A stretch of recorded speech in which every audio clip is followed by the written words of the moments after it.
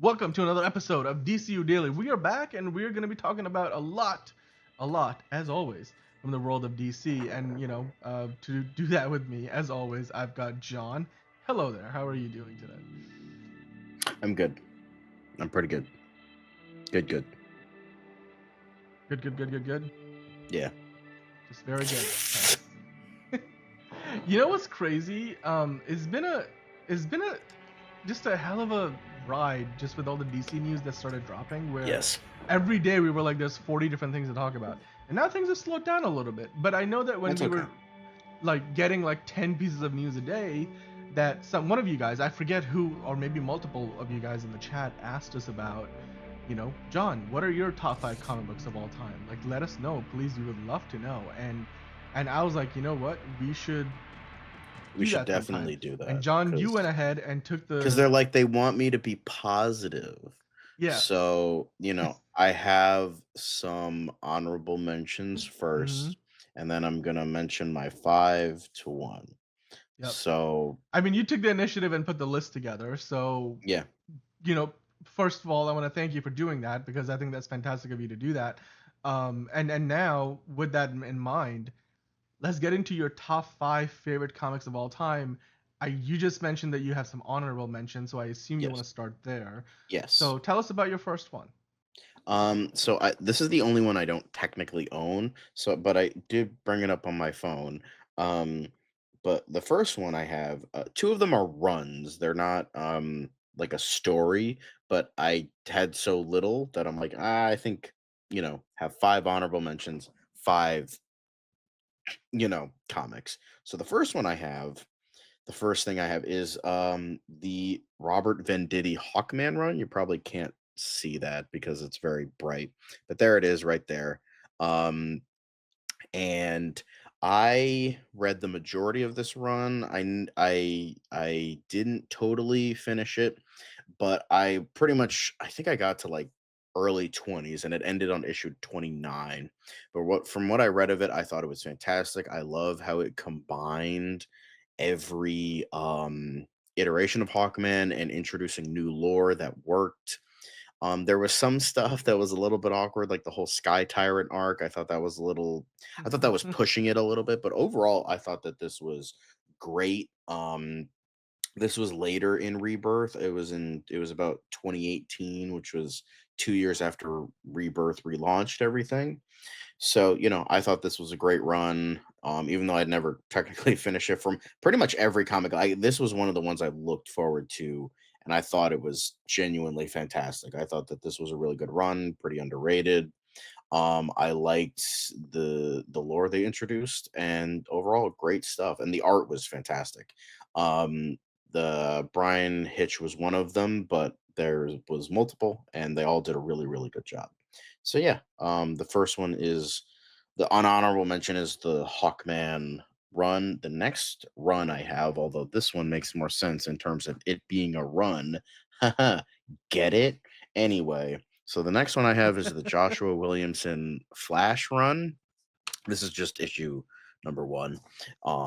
But I thought this was quintessential Barry Allen because everyone pretty much is like when it comes to Barry Allen, they have like Silver Age, Flash Rebirth, different from this Flash Rebirth, in from 2009, which brought Barry Allen back from that, and Flashpoint. Those are like the three things.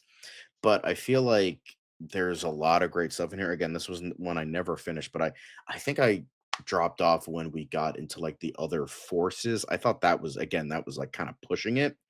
But Joshua Williamson's run was great. I loved August Hart. I loved his Godspeed. I thought that that was a great character. I liked I think it was the black hole, black circle, whatever it was. Yeah, I think black hole. Ninth Circle was Green Arrow, which was another great run, by the way. The rebirth run of that I actually finished, and that was great. Um, Black Hole, I liked that stuff. I liked the Speedster Storm. I liked a lot of stuff in this run. I thought this was a really good. I also love the art. Hold on, let me get a good like it's kind of I don't know how to really describe it, but it's like kind of like a sketchy, it's like there's like a lot of lines. It like looks like almost like a doodle, but it perfectly fits Flash, like you could kind of see it like on the bottom there. Like it's kind of Oh like that yeah, yeah, yeah. sketchier kind of look to it. It's like it I don't really know how to explain it, but it's like kind of like you know how you're like kind of drawing and you have like extra lines, but then you erase them later on to have like a more complete drawing. It's like almost if you like don't erase those, but I liked that kind of like angular, sketchier look. And the artist is hold on, let me give him some there's multiple, but Carmine D. I'm gonna butcher this guy's name. Giandomenico. I liked I his. was for a He was second I was the like, are you gonna say Carmine D. Falcone? no. Carmine Falcone is long dead. Well, at least I think he's dead. But Carmine D. Giandomenico. I'm butchering his name, and then of course you have like a bunch of Ivan plus Ksenia. I'm probably mispronouncing that. Steve Wands, Jason Pearson, Carl Kerschel, Ahmed Turturro, and Brian Cunningham as editors, variant covers, letterers, covers, colorists. I want to give all those guys credit where it's due. So this was a great run. I thought it did a lot of really good stuff. It did get a little bit more ridiculous as time went on, but I still thought it was really great. So if you haven't read it, I would say read it. I don't know how far it went. Hawkman is probably a little bit easier because that was like 20 something. I think this went into like the 50s or 60s. So it's a long run, but it's still most of it is still really, really good. But yeah. Then the next one I have, now we're getting into like actual like Hmm. comics, like actual like stories. Specific. Um, but the first one I have is changing it up a bit. We're going to Marvel. I only have one hero on my all Marvel stuff is one hero. And spoiler alert, it's Daredevil. And my next one is Daredevil Yellow, which is Tim Sale and Jeff Loeb. Very great story. A this was a story that if anybody knows his early days of Daredevil, he wore a yellow costume, and then like 3 issues later, they changed it to all red to make it look Right. like an actual devil. So it's like, Right. okay. So Jeff Loeb and Tim Sale was like, okay, let's make it like the early days and like really give like his like yellow costume its due and like give it like a little bit extra, like give it like, oh, there were some storylines, and it's like kind of like more focusing on the romance between him and Karen Page. Tim Sale's art. I was never a huge fan of Tim Sale's art. Yeah, I know. Fucking shoot me in the comments. But I feel like it was more. I think it was a little bit more. What's the word? Like restricted here. It wasn't as Yeah. over exaggerated as something like Long Halloween, which is like super over exaggerated. But yeah, it's for the most part like pretty not as over exaggerated as some of Tim Sale's other work. But even then, this is still a great story. I really, really liked it. I didn't expect much because this was after I read Man Without Fear. And I'm like, oh my God, amazing, Man Without Fear. But I was like, damn, this was really good for what they did. I really liked, like look at this, like that's like amazing artwork right there. Yeah. That's Yep. pretty brilliant. And I really liked like how much they did with like the romance part of it. And the art I actually like heavy on yellows, obviously. I haven't no, and before you ask, I haven't read Hulk Gray or Spider-Man Blue is I think another one. Yeah, Spider-Man Blue is one of the other ones, famously.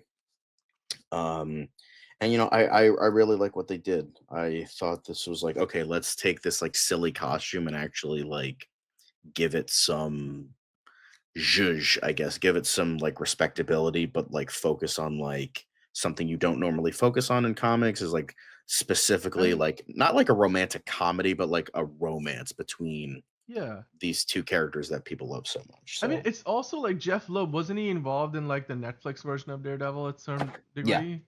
Yeah. And then I mean, and Jeff then Loeb is a great also, writer. I know he's yeah, an I mean, asshole, but he's a great writer. So I mean, it's also I was gonna say like that version of Daredevil is look, it's you even got the like that Fantastic Four in there. costume. Go.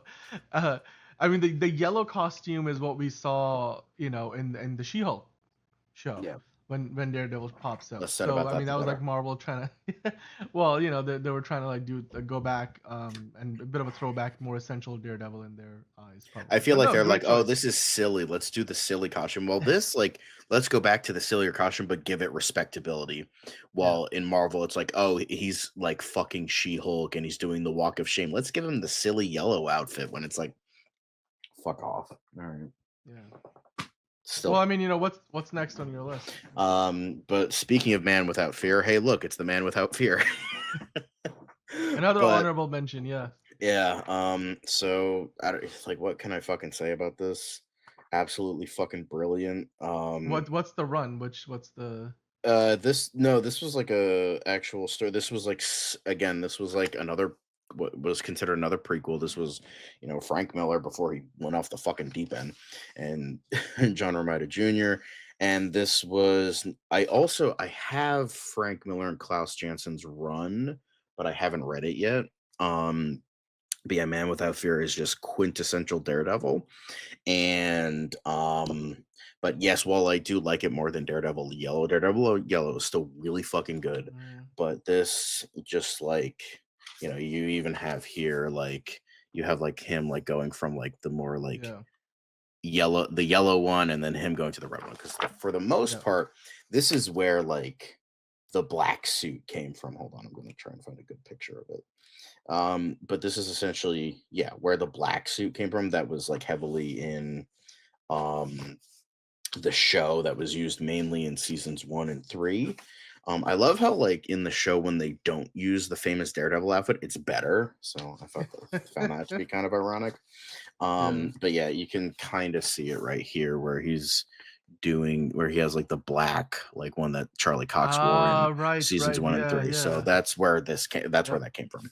So yeah, this was essentially like like early adventures of Daredevil, like even like precursor to what Daredevil Yellow would be. But yeah, I think like it's Frank Miller before he fucking sucks. So like amazing. Yeah. So yeah, Man Without Fear, amazing book. Um but with Got that for my one more honorable mention. Yeah, one more yeah. honorable mention, and we're going back to Jeff Loeb and Tim Sale, and that is the inspiration for James Gunn's upcoming Superman film is Superman for All Seasons. This was definitely Tim Sale going for way more over exaggerated, but like this was just fucking perfect. Like this, like I would it like almost hurt to not put on my list, but there were just five more I liked more, but this was very close, and I really liked the vibe. It had like the Silver Age vibe, but also had like Bronze Age vibe.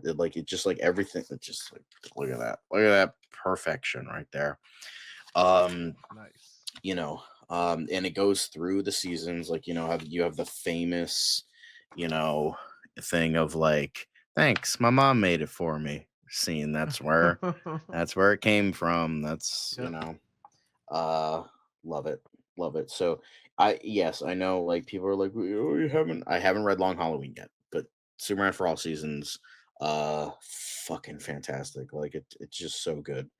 Um, it's just like this the art's great.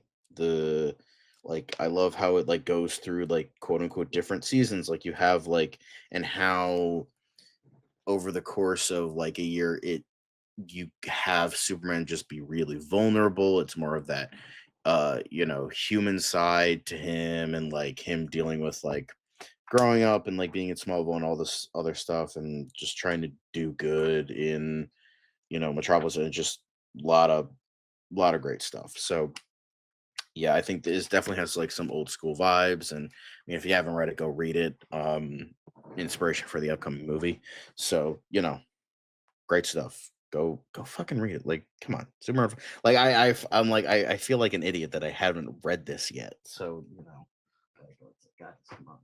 Well, you have But it, so might as well give it a so, shot. but Like, now I have finally read it, and it's amazing. I still have tons of stuff on my shelf that I haven't read yet. So but now we get into top five. And people might kill me for this for my number five, but I was just so entranced from this from beginning to end, and I loved it. But putting this above Superman for All Seasons might get me hate. But my number five is actually Blackest Night. I know, ooh, crazy. nice. But it's just like this was just such a grand and epic story. I love the art of probably mispronouncing his name, but Ivan Reis. I think that's how you pronounce it.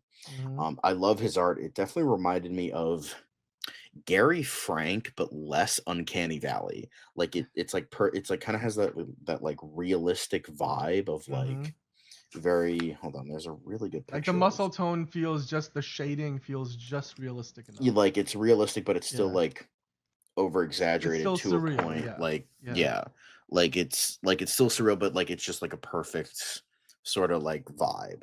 I love. Don't get me wrong, Gary Frank's art is fucking amazing, but it's just like I feel like he can never draw faces very well. Like everything else is really good. It's just like his eyeballs and teeth are just a little bit awkward to me. But even then, Blackest Night, even not knowing the context of this, like in like 2009, 10, Hmm. it still felt like I understood everything. It still felt so grand and epic, and you had like Hal, because this was Hal post, because the whole thing was like Green Lantern Rebirth and Flash Rebirth brought back Hal and Barry Allen after being dead and evil for so long. So it's like you had kind of had the fallout of that. There was a great line in here, um, you know, with Hal being like, well, the good thing for you, Barry, because they were like over their own graves. Like the good thing for you, Barry, is you died a hero. I died a villain. And so you had like Hal dealing with that. Hey, look, you also see Kyle Rayner's girlfriend getting fridged. That's also great, isn't it? Um, Literally. so very lovely. Remember that? Everyone wants to forget it. Um, but yeah, it's just like, and then Black Hand is such a great villain. I know he's more than just the Blackest Night guy. I know he's more than just that, as people kept reminding me in the comments. But it's just like this is like the best fucking story. Like just fucking amazing. And I just love how it just like this feels like a grand epic two-part movie waiting to happen. Whether it's animated or live action, this like needs to be adapted because it's like I sure you need to tweak some things for context, but like it's just like I feel like Jeff Johns, who wrote it, made this to be like a movie. Like it feels like you're like watching a movie, but like you're reading it. And I love that aspect. You also have like, White Lantern stuff, like coming in. You're introducing so much lore. Like Earth is like this technically the center of the universe, which is why like all this shit is happening on it. Um we're not just egotistical assholes. Like literally Earth is the center of the universe. And that's why like and like all this setup. I don't want to spoil it. It's been a while since I've read it, but I love like the lore with the alternate lanterns, like the Indigo Tribe and Blue Lantern Corps and Sinestro Corps, all that shit. Like, look at that. Look how like you have like Spectre, coming back and like being a Black Lantern and look who thinks to fucking do it like that? Like, goddamn, that's so fucking great. Um, but yeah, Blackest Night, it's just like so epic. Like I love the epic nature of this, but you also had like really good character stuff, especially of like people getting brought back from the dead. Like they had like, Aquaman, I think, getting brought back, and he wasn't able to like stay alive, and it was just like everything was just like just like, and then the art. I just love this was the shot I was talking about was with John Stewart. Just Oh, like nice. Yes, iconic. Yep. We've actually um used that shot in our thumbnails. I'm before. pretty sure we have, but Yeah. yeah, I think it's well, I think it's like actually like this. Boom, there you go. Yep. There But you yeah, go. great Perfect. stuff. It's just Yeah. like epic proportions, a lot of great character stuff here. Even if you haven't read like I think the Sinestro Corps War was precursor to this, or was it the Dark Side War? I don't remember. I think it was the Sinestro Corps War was the precursor, if I remember correctly. Uh it doesn't say. Anyway, Well, but what's yeah, great, next? great story. Um, Yep. now we're going back to Marvel, guys. The Yep. best Daredevil story. And no, before you ask, this is not the inspiration for the new show. They're just using the title because they're stupid. It's Daredevil Born Again. I was shocked with how much I love this story because I expected nothing is going to be better than Frank Miller's The Man Without Fear.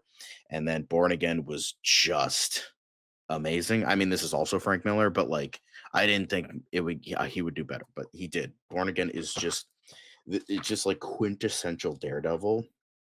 I mean, they were inspired by, I mean, Born Again was adapted into Daredevil season 3.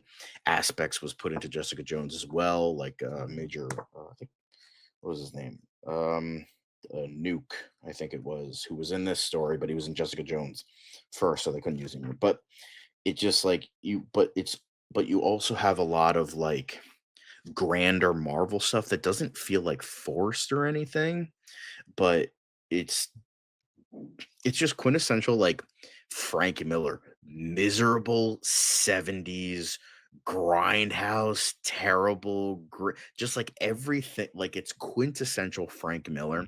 It's just like just the most despicable shit. Like literally, the fucking story starts out with Karen Page as a heroin addict selling Matt Murdock's secret identity to get a fix. Like that's how the story starts. Like, and it just fucking goes, and then it just like Kingpin getting the start and like pretty much destroying his life. Like that's like the basis of it. Like they find out who Daredevil is and they fucking destroy his life. And that's just like such a great story. Like the greatest thing of like your secret identity getting out, what would happen? Like this is what would happen. It's like this is the I feel like this is the best one to do it. I'm sure there's somebody out there that'll be like, actually, you're fucking stupid. It's actually this was the best one. But for me, from what I've read, this was the best one. Daredevil Born Again, just fucking amazing. And just goes to show I do like Marvel, guys. I know all of them were Daredevil stories, but I love Daredevil. Moon Knight was close. I did read the Warren Ellis run. It was, I would say that would probably be a lesser honorable mention, but that was really good. But yeah, Daredevil Born Again, fucking fantastic. Read it. Just like don't like I would say don't because the thing that pissed me off, they adapted Born Again for season 3, and then they're just using the title because they're like, oh, it's like Spider-Man Homecoming. Get it? He's coming home to fucking the MCU. And no, he's literally they're rebooting it. It's like kind of a reboot, so he's born again. Isn't that so fun? Fucking read the goddamn comic. All right. Anyway, um, next up is arguably the greatest DC story of all time. I would say it's the Oh, greatest okay. DC story of all time. Um, uh, so I people mean, might get mad at me. this is also a pretty big influence for James Gunn's DCU. Yes, Not well, at just least for Superman, the but the whole logo, DCU. Yeah. that's Kingdom Come. Kingdom Come, arguably the greatest DC story of all time. I would say that it is. It's not my favorite. It's not my personal favorite, but it is. I would say the great. It's just like, what else is there to fucking say, my guy? Um, it's just everything is perfect. It just this is like it's funny because 'cause I haven't read it yet, but Marvels is another one I need to read. Um where it's like kind of the similar vibe of like it's through the lens of a non superhero entity. And this is essentially Civil War but good. Like it's just like it's the idea of like no side is good, and how both sides are wrong. And like oh, Superman's the good guy, it's like no one's really good in this story. And it was supposed to be like also a commentary on um like the extreme heroes of the 90s and how like like it kind of reminds me of what's so funny about Truth, Justice, and the American Way, where it was like this like pushback against like the extreme heroes of the 90s, like John Paul Valley being the extreme Batman and like that kind of and shit like that. um but with this, it kind of, shines a light on that a little bit, where, well, is it right? Is it wrong? Is the old traditional way right or wrong? Well, it's like the shade of gray there. And like the artwork by Alex Ross is just fucking brilliant. This is the deluxe edition, so this has like a lot of like extra stuff in the back. That's like development stuff. It's just like a lot of like a lot of really good shit. Like you have like Spectre and um all that stuff, like, like Blue Beetle 2 and all that shit. So, a lot of extra stuff here, a lot of really great stuff. And then this is the one, I think it has like the epilogue. I think this is the one that has the epilogue, where it's like showing what happens far in the future. But yeah, overall, this is just a really great, just brilliant story. I mean, what else is there to say about Kingdom Come? It's fucking Kingdom Come. It's brilliant. It's fucking amazing. And do yourself a favor and fucking read it. It's my top three.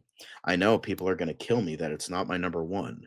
And it's not my number two either, but it gets bronze medal. And I still genuinely believe it's the greatest of all time. It's just not my personal favorite. So yeah, fucking Kingdom Come. Absolutely amazing. If you haven't read it, you're dumb. You're dumb. Fucking read it. Um, So now you're probably wondering, what if Kingdom Come is your number three? What the fuck is your number two? And more importantly, what the fuck is your number one? Well, my number two is just, I remember like James Gunn saying this was like Endgame or something, but it shouldn't be. But he did take influence on this. One of the greatest artists of all time, fortunately, unfortunately, no longer with us, but that is DC The New Frontier. This is absolutely fucking amazing. I can't help but love it. I love it. It kind of does something a little bit similar to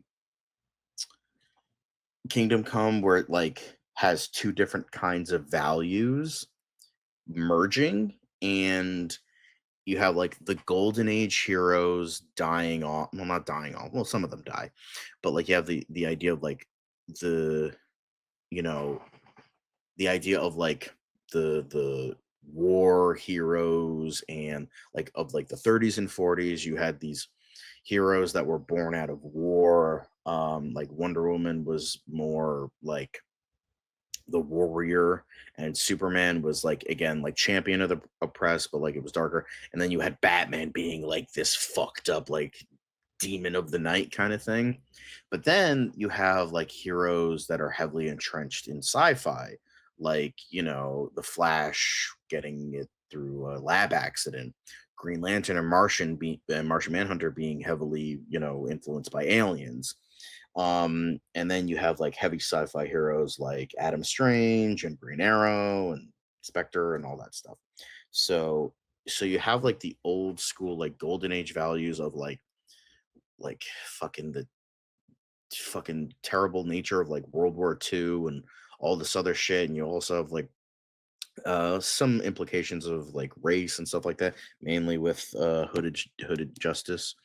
Um but it does things, what I love, it first off, it's fucking huge. Like I love how long it is. Like it's just, there's so much content, and I love how it brought in the golden age people and the silver age people into one continuity, rather than like, oh, this Superman and Batman and Wonder Woman are on Earth 1, but the Hal Jordan and Barry Allen are like Earth 2.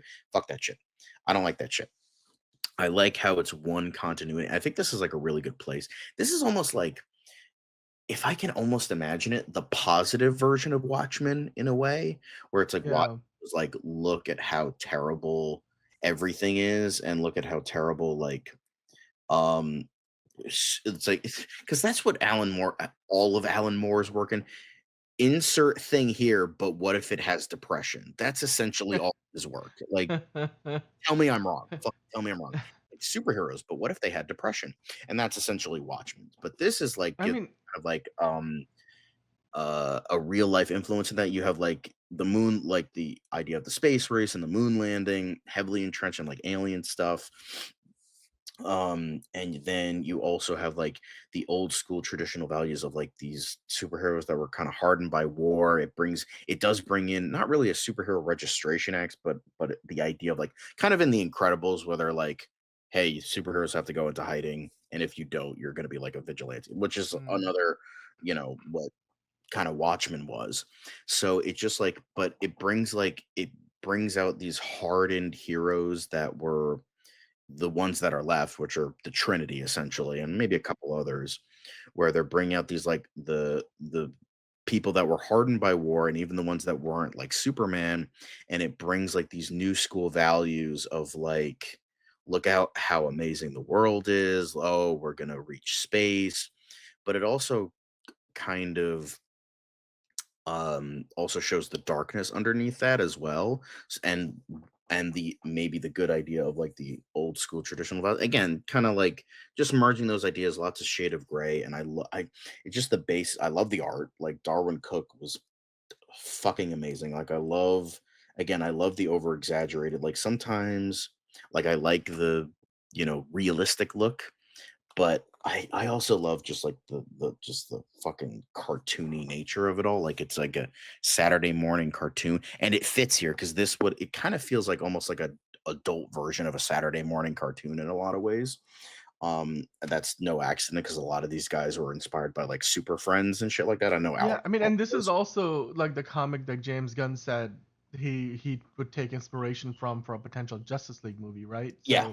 So Which he's I don't think yeah, it should be, but like maybe bits and pieces. Don't adapt it for a right. Justice League movie, but like I love like Martian Manhunter, who doesn't really get a ton of love. I feel like it's basically Hal Jordan and Martian Manhunter getting the biggest, like shining a light on them, no pun intended.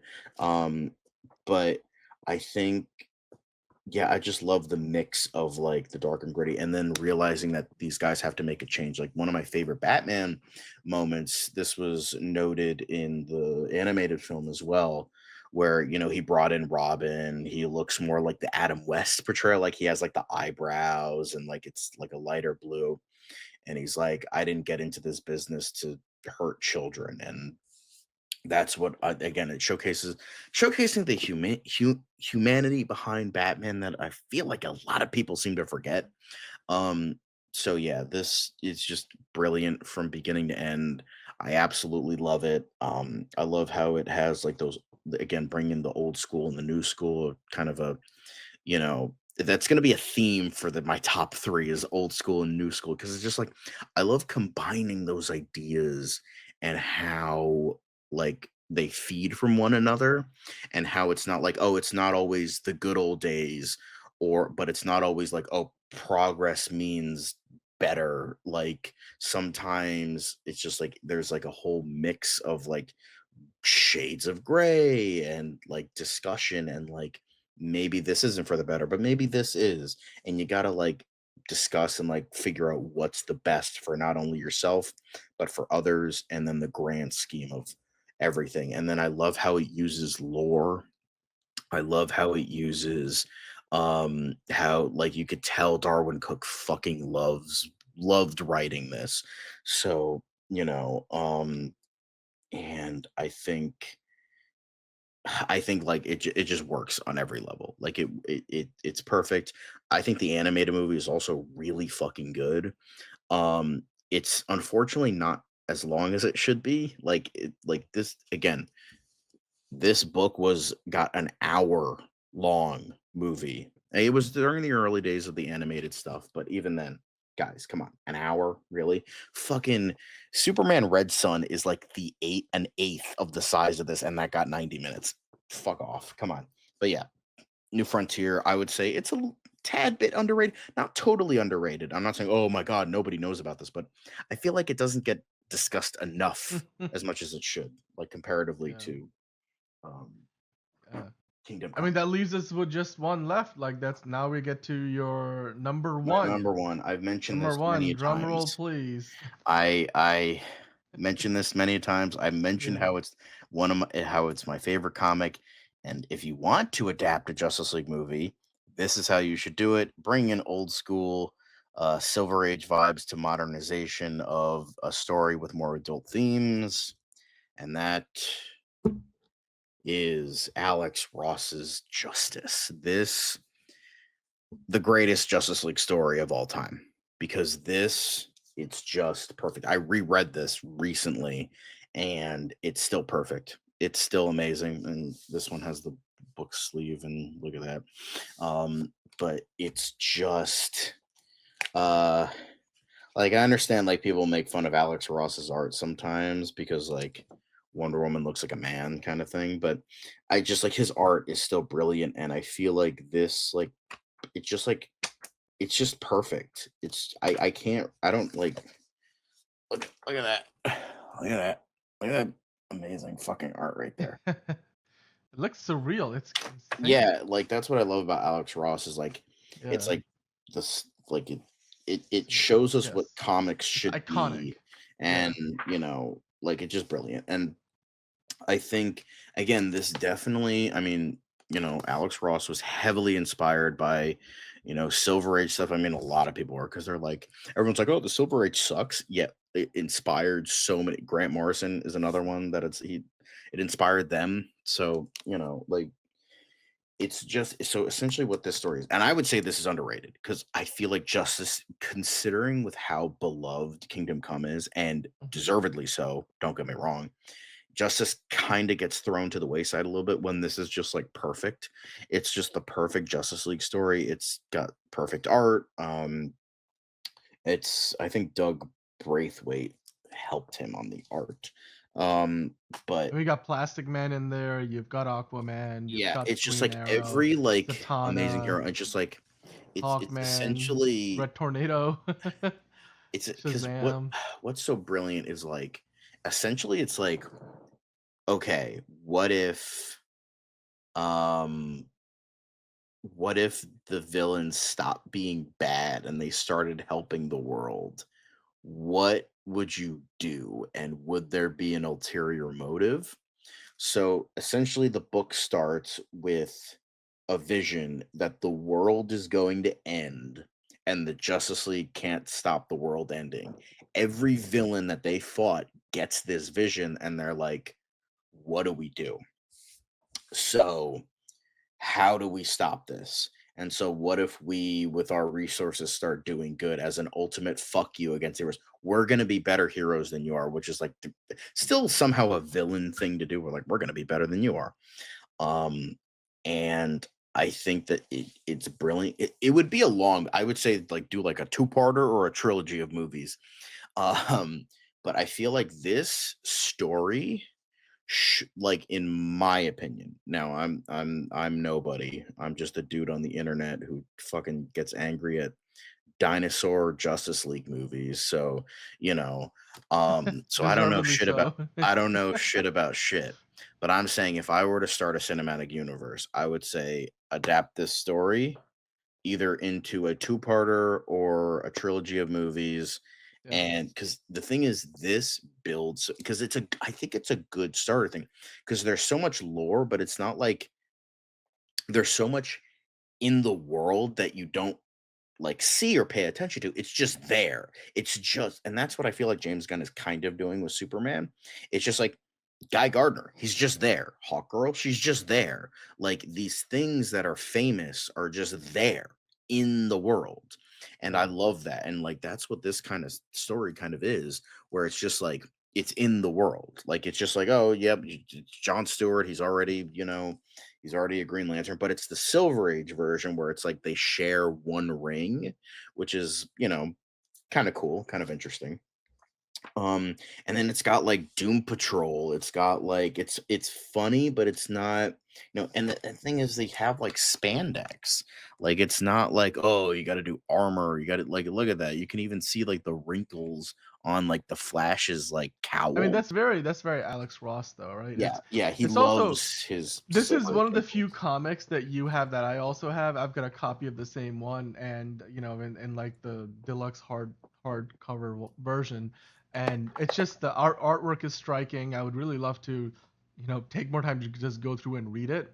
And James Gunn also mentioned, I think this is another one of those inspirations for him.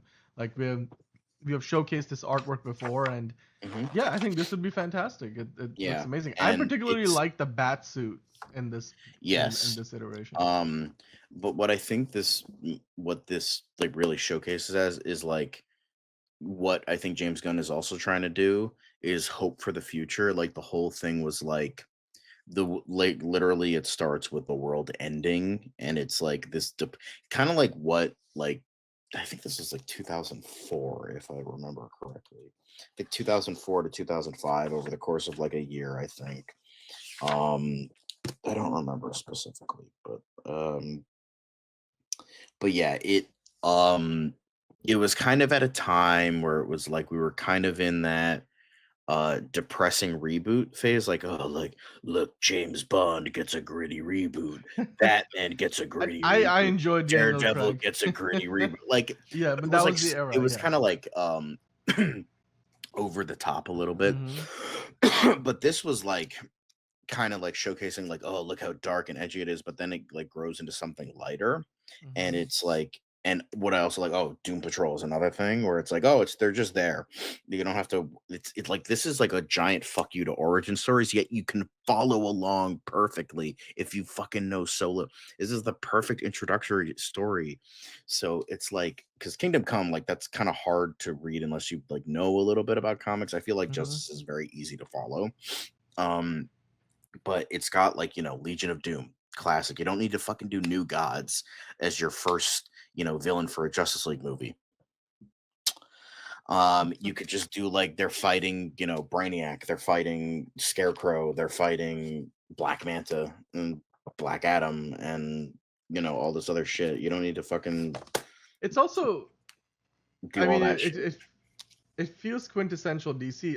And by the way, I swear to God, like that bat cowl, but with the double chin, looks like George Clooney in the cover, Yeah, like George Clooney's Batman. I Like it mean that just wouldn't shock me. does. It was post George Clooney. That wouldn't shock. Right. Yeah. And I see the Green And Wonder Lantern in the Woman kind of back. looks like a man, like she has that build, but It's a bit of an exaggeration, but it's I kind of it's okay. I can kind of see it. But no, I mean that's great. I mean, like that's an But all-star list of comics right there. I think Justice is just like it's just like one of those things. Like everyone's read Kingdom Come, but nobody's read this. I feel like that's what it is. Maybe I'm over exaggerating, but like it's just like I feel like nobody has read this when it's just like it's a perfect mix of like Silver Age goofiness, but it treats itself seriously, but not like so seriously where it comes like off as like trying too hard. It just is like it's just like this is the vibe, this is the what we have, this is like you see like Aquaman, like his like his shirt gets ripped and it looks like cloth, even though it's like, oh, it's supposed like in the movie it's like, oh, it's like orange armor and it's like fish scales, and it's just like, no, that's just a shirt he's wearing. It's like I love that, like I like the spandex look and I like that vibe, and it's just like everything that was done in this story, it's just like everything feels perfect. It's so simple, yet it's just so satisfying, and I love that fact. And I think this deserves to be, considered one of the greatest of all time, but I feel like it hasn't reached that point yet. Not quite. Like I'm not saying this was hated or nobody knows about it. This isn't like some weird niche thing. People know about it. It's just like I feel like it's overshadowed. I think overshadowed is a better word for it. It wouldn't be underrated, it's just overshadowed a lot because when you think Alex Ross DC, you think Kingdom Come, and Right. deservedly so because Kingdom Come's amazing. It's my number 3, but I feel like Justice gets more things right because um, Kingdom Come does a lot, and I think sometimes it does a little bit too much. But I'm not saying it's bad. It's a perfect 10 out of 10 story. This I feel is like an 11 out of 10. Yeah. because it just I like sometimes it's just like the idea of like it being simple. Like that's nice to me. Like it's so simplistic, but it's not like stupid or anything. Like it's not Yeah. like, oh look how simple it is. Nothing like that. But it's just a perfect story. I love it so much, and everyone needs to read it. If you read comics, you need to have read this story. It's brilliant. It's brilliant. Please, please, for the love of God, fucking read it. That's it. Well, I mean That's it. that's literally an all-star lineup of comics, and it's certainly a little off the beaten path as far as most people's Yeah. top fives might be concerned. But yeah, between even the honorable mentions, you had Superman for all seasons, and then in the top five, you have a bunch, like Justice. You've got Kingdom Come. You had Daredevil Born Again. Which they already adapted for the one of the seasons of Daredevil on Netflix, and maybe they'll adapt some elements of it for the new series. Hmm. Blackest Night, like not a lot of people will put that on their list for the top five certainly, but hey, we got a Lantern show coming up, so like that's another one you can pick up. DC: The New Frontier, it just feels so timeless in a way that it just feels irreverent. I love it. So I mean, all around, guys, let us know what you think about the list that John just put out between the five in his top five and then the five honorable mentions. Are any of those the ones that you would have in your list? And then let us know about that in the comments down below. Or if you are watching live, then drop that in the chat on the left or right of the screen, whichever side of the screen you see your chat on. Now, with that said, John, we have to talk about James Gunn, of course, because DCU Daily wouldn't be DCU Daily if you didn't talk about the DCU. And James Gunn has been sort of, fluttering and kind of going back and forth on what he considers DCU canon specifically, because when it comes down to, what's canon in the DCU, James Gunn obviously has said everything moving forward outside of what he says is Elseworlds will be canon. It's all under DC Studios, but the question becomes, where does the stuff that came before the DCU land? Because he's already transitioned a bunch of actors like John Cena and Viola Davis, and even supposedly Joel Kinnaman's version of Rick Flag, and a few others like King Shark. Spoiler alert for Creature Commandos. They're all coming across. King Shark is a character, not an actor, but certainly like their characters and their are coming across to the new DCU. But does that mean that the Suicide Squad or Peacemaker or even the what was it, um not there was Peacemaker, Suicide Squad, and then one other thing that keeps coming up. Like, are basically anything that James Gunn took part in, are those all canon? Uh, and in the past, he's sort of said that it's a bit of some things are canon. There's a few inconsistencies. Some things happen the same way, but but John, like, I just want to start out by asking you this. James Gunn seems to have a little bit of a like moving target approach, or like shifting perspective on what he Right. considers canon, and he's sort of talked about it in different terms over the years. But the one theme that seems to hold true is he wants to make sure that basically the stuff he worked on for DC before the DCU was born, when he was still the DCEU, most of that he brings over. I mean, even Blue Beetle, right? Like Blue Beetle is also supposedly canon because the character's coming over. But does that mean that any of the references, like in the movie, I mean, yeah, like the Batman is fascist, like that reference, I'm sure might come across because it was pretty generic and it wasn't talking about a particular iteration of the character. But like overall, where do you think James Gunn draws the line, or is there a line? Is it just there's a blurry line? Is there a line in the sand? Where do you think James Gunn currently in his mind sits with what's DCU canon and what is not DCU canon? I just think um I just think, it's just James Gunn like trying to please everybody when he can't. You know, I think because he's trying to say everything to keep like just to maybe it's a stockholder thing where it's like, okay, we got to please them, so we got to do this thing so the stock stays high. Um so I think it's just him trying to like keep up because like first it was like, oh, something like during the Flash and like Blue Beetle and all that shit when the year that destroyed DC 2023, and it was like, well, first you fucked up by like announcing, oh, we're gonna reboot shit literally before four movies were coming out. Mistake number one. And mistake number two, like you had James Gunn being like, "Oh yeah, well, the Flash is gonna cause the reboot, and there's gonna be this, there's gonna be that." Well, but a lot of And that came before James Gunn's time. Then he was like, I just want a clean break, no, essentially. no, no, because remember it was 2023 when we got that announcement that it was, you know, that it was gonna be rebooted. Right. No, but I'm saying James Gunn never said that the Flash was gonna reboot, right? Like he was Or no, more well, whatever. Like I that was the okay, whatever he said. assumption. Well, whatever he said. Like I don't remember In fact, exactly what he he kind said. of bookended the Flash's story. The Flash is stuck in a universe where George Clooney's still Batman. So that's a whole different world. I That's a mean, whole different but world. But to that's the anyway. yes. What we Yeah. think, it's just like, oh, but yeah, some stuff like, oh, like some aspects are going to be canon, and it's like, oh, this thing and this thing, and then like 2024 hits, like, no, no, no, Creature Commandos is going to start everything. But like the Suicide Squad and Peacemaker are going to carry over, and then it was like, oh, no, no, no, well, it's and then it's like all of Peacemaker except the Justice League cameo is going to be canon, and now it's like, oh no, it's Creature Commandos. It's like, well, what the fuck is it? This dude fucking keeps changing his story. This dude changes his story more than Wade Robson and James Chuck. Like this dude, like it just constantly just fucking just changing his story left and right. And he just like I feel like he's either trying to keep up with the times or it's like he's trying to make everyone happy. He's trying to make the stockholders happy, and it's just like you're just confusing people. Like even people that just want to watch, are like hardcore fans that are like, dude, you're confusing us.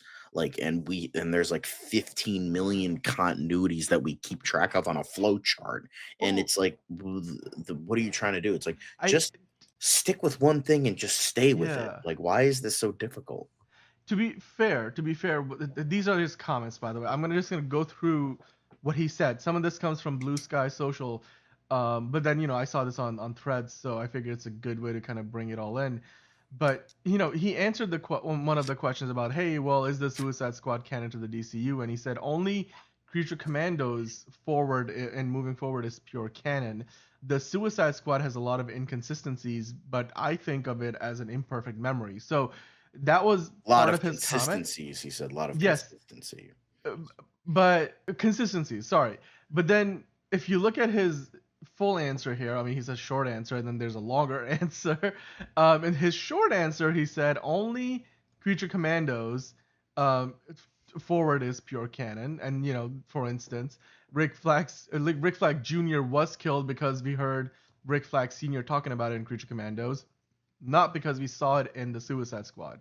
So there's some clarity there, I suppose, because I'm like, okay, so it's true because of the events of Creature Commandos, but not because of Suicide Squad. But I'm like, but what's the difference? Does that mean the way that Rick Flag Jr. passed away wasn't the same? Does that mean Peacemaker didn't kill him, or if he did kill him, it didn't happen the way we saw it in the Well, Suicide Squad? clearly Peacemaker did kill him because he says Peacemaker is almost Right. entirely Well, consistent to with the that canon other yeah. than Justice League. So the long answer, he continued then saying only Creature Commandos forward is pure canon. Peacemaker is almost entirely consistent with that canon, other than the Justice League, which we obviously know.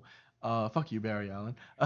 But the Suicide Squad has a lot of consistencies, but I think of it as an imperfect memory. So I guess ultimately what he's trying to say is, like, I mean, his short answer is more to the point, where he basically says, look, for instance, we know that Rick Flag Jr. was killed because we heard Rick Flag Sr. talking about it in Creature Commandos, not because we saw it in the Suicide Squad. So Which to me says that maybe the way that happened is not the way it happened in the movie. Maybe he wants to change up, which is just unnecessarily confusing. I'm like, just why not keep that simple? Just you keep it the should way have it just was meant to said be. only Creature Commandos forward is pure canon, everything that was mentioned is canon. It like kind of worked, but like He that's said different that canon. before, but I feel like now he's being more specific and yet more confusing, Yep. right? Like in the past, he So said essentially, something to the effect what of what I'm you just so said. But what yeah, I have said when we were fucking reviewing the damn show yeah, is like the Suicide Squad isn't canon. Just some things, like as we said, the stuff that we know is that Rick Flag Jr. is dead, King Shark is here, mm-hmm. and a couple other things that, and Hand. the anyway, On. Project Starfish was a thing. Like they Yeah, fought right. Starro. That was Yep. the That was thing. canon. That was like Um, this first episode almost, right? Like how yeah, or it was. they mentioned Project Starfish. They mentioned Rick Yeah. Flag Jr. dying, Mhm. and King Shark having a cameo. Having cameo at the end. Yeah. So it's just like it's a It's lot. just It's just like Peacemaker. It's just like you're making this more confusing for yourself. You just say Creature Commandos is canon, nothing else is canon. Just say that. You should have mhm. just fucking said that. Just say It's the Creature whole thing Commandos of is like canon. when you If there are any yeah. consistencies, it's a coincidence. Yeah. Ow, I hit myself. It's the thing of like you should purposefully leave that vague as opposed to specifying, oh, it's canon because Rick Flag Sr. talked about it in Cruise Commandos, but not because you saw it happen in the Suicide Squad. Because to me that only makes it more confusing because then there's an inference there of like, wait a second, does that mean the sequence of events were different? Like maybe they want to leave it open for themselves so when they have a flashback in Peacemaker season 2 that whatever happened looks different than it did in the actual movie. And I don't, maybe there's a reason for that, maybe there isn't, maybe that inference is completely false and James Gunn doesn't actually mean that at all. He's just, I mean, maybe he's just giving us an example and we're sort of trying to connect the dots. I don't know, but I mean, ultimately, like you said, it just creates a little more confusion at a time where we really shouldn't need it. Like this is one of those situations where, like you said, keep it simple. What's happening now is canon. What happened before, it's not canon.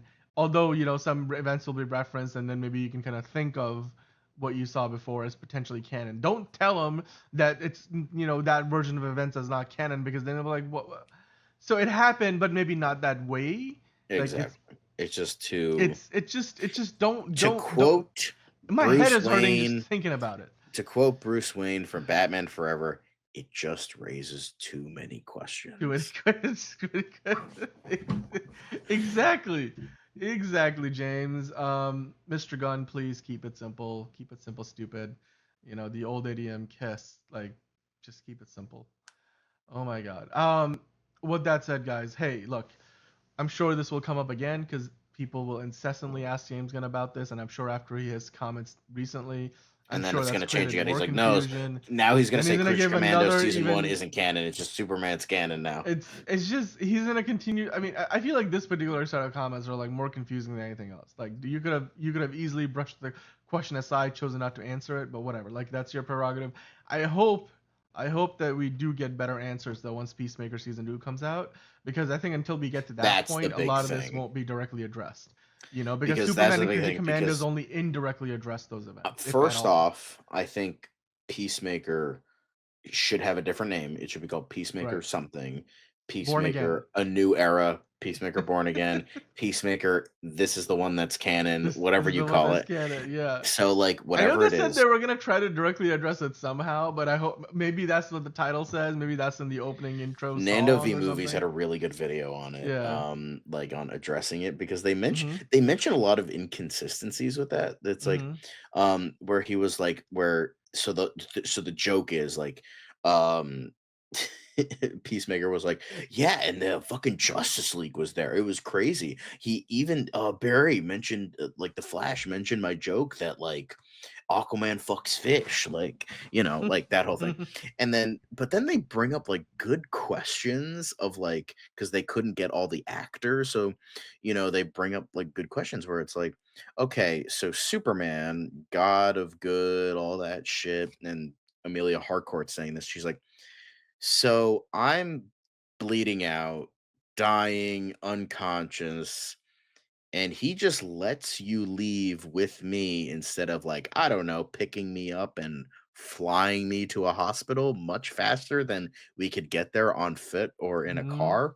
And he's like, well, shut up. And it's like, and they bring up a lot of questions. It's like, okay, so you're the only one that remembers this. You're the only one that can hear them. And specifically, Aquaman or specifically the Flash mentioned your weird conspiracy theories about Aquaman fucking fish. Isn't that interesting? So it brings up a lot of questions. It's like, oh yeah, that's Yeah. actually kind of funny. So I'm curious with how they do that. I think it'll be really funny with what they do. Yeah. I mean, if for Um, all we know, they're just gonna brush it off in one line of dialogue, or they might address it in a funny, more direct way. But we'll have to still wait months for that to I happen, think it would unless be they really mention it in a funny. trailer. I think it would be But really funny. They would never do this, but I think since the Authority is the only like known team that we have outside of like Maxwell Lord's like Justice League International type thing, I think it would be really funny if they like essentially replace the Justice League with the Authority, and it's just like like oh similar thing of like Peacemaker walking through, and he's like and the same thing, "Hey, you guys were fucking too late," like kind of like what the yeah. start, like, "You guys were too late. The Authority, you can authorize this fucking dick," and then he walks his and then he passes like Jack Hawksmore, who has like the ability to like he has the ability to like just the ability of like using urban environments to his advantage, like being able to like take a building and use it as like a kaiju, like that kind of thing. Mm-hmm. Like he has like control over like cities and like urban environments. And so like I think it would be funny if like Peacemaker was like, "Yeah, you Jack, why don't you go fuck a building, you fucking weirdo?" And then and then he's walking through, and then Jack to like Jenny Sparks is like, "Man, I really hate that rumor." And she's like, "It's not a rumor, Jack." And she's like, "Fuck you, Jenny." Just like similar but like different. I think that would be Yeah. really I that would I be mean, I really think they it's wouldn't do that, but I think it's it a would be little funny. too inside baseball this early, but I mean, I get the spirit of it, And they have but to like cast the yeah, crew, and like, they have to it's the cast them, whole. so it's like that's no way they would do I that. I'm think just that's a saying. lot. You're asking for too much. I mean, they couldn't even bring back the entire cast for the Justice League for that cameo. It's gonna be hard I for them know. to I'm like just pull that saying off. that would But I mean, yeah, if it was yeah, like in hindsight we could do whatever we wanted, I yeah, would totally do that because that would be yeah. fucking funny as fuck. Yeah, maybe if the DCU was more well established, yes, at this point, and we've already had a casting, done for the Authority, which it looks like that's still a ways off from us getting that movie. But yeah, it would be interesting. I think they're gonna address it, but just again, James Gunn, just this is one of those situations where you're saying a little too much and it's making things worse than they have to be in Yeah. terms of just confusing the audience or like creating an inference towards something Fuck that you, you may James not have Gunn. intended. Just kidding. But and on that note, of course, guys, let us know in the comments down below what you think about this. Do you agree that this is more confusing now the way James Gunn is talking about it? What do you think about John's top 5 comics of all time, including Marvel and DC, of course? And as always, if you're joining us live in the chat, then we appreciate you. We love Make to sure to get your like, questions, make sure to and yeah, subscribe, make sure to hit please the do. notification bell so you know when we go Yep, live, and make sure to absolutely. comment. We'll try to do more fan comments in the future. Yeah, We'll yeah, try to we do do. that. We're gonna be doing another Q&A soon, and so we've been Hell collecting yeah. questions. We'll add to that. So if you guys are dropping by the community tab, there's a Q&A post there. You can drop your questions down there. You can drop your questions in the comments down below. And of course, like John said, hit that like button on the way out, and hit that subscribe button if you're new, We because see we the are here numbers, guys. We 5 see days the a week, numbers. guys. Yeah, I mean, half of you guys are not subscribed. What are you guys doing? We're here 5 days a week. We talk DCU literally daily, Monday through Friday, and we even have stuff going up on the weekends now, like videos if you missed parts of the show during the week and you didn't have a chance to see throughout the whole show. We will like cut it up into smaller pieces, so it's a little more digestible, and you can watch only the parts you want to check out. Because I know sometimes you might want to skip the news and just get to DCU daily, things like that. So you have the opportunity and the options, but in order to check out when all of that stuff is going up, you gotta subscribe. And then not only that, but then you gotta hit the notification bell, so then you know when we go live. And of course, guys, as always, be sure to come back here tomorrow, the day after, and then the day after that, because we are here talking DCU daily. Liz is coming back here on Friday. Until then, it'll be John and I. It's been another amazing episode, John. Thanks so much for putting together Hell your yeah. top 5 comic books of all time. See, I'm James not a Gunn, total negative make Nancy, things less guys. confusing. But with that said, of course, we hope you have a great, amazing, fantastic day ahead, or morning, evening, night, whichever time of day you're viewing this or watching us live. We hope to see you tomorrow. Thank you, John, on another episode of DCU Daily. Bat nipples.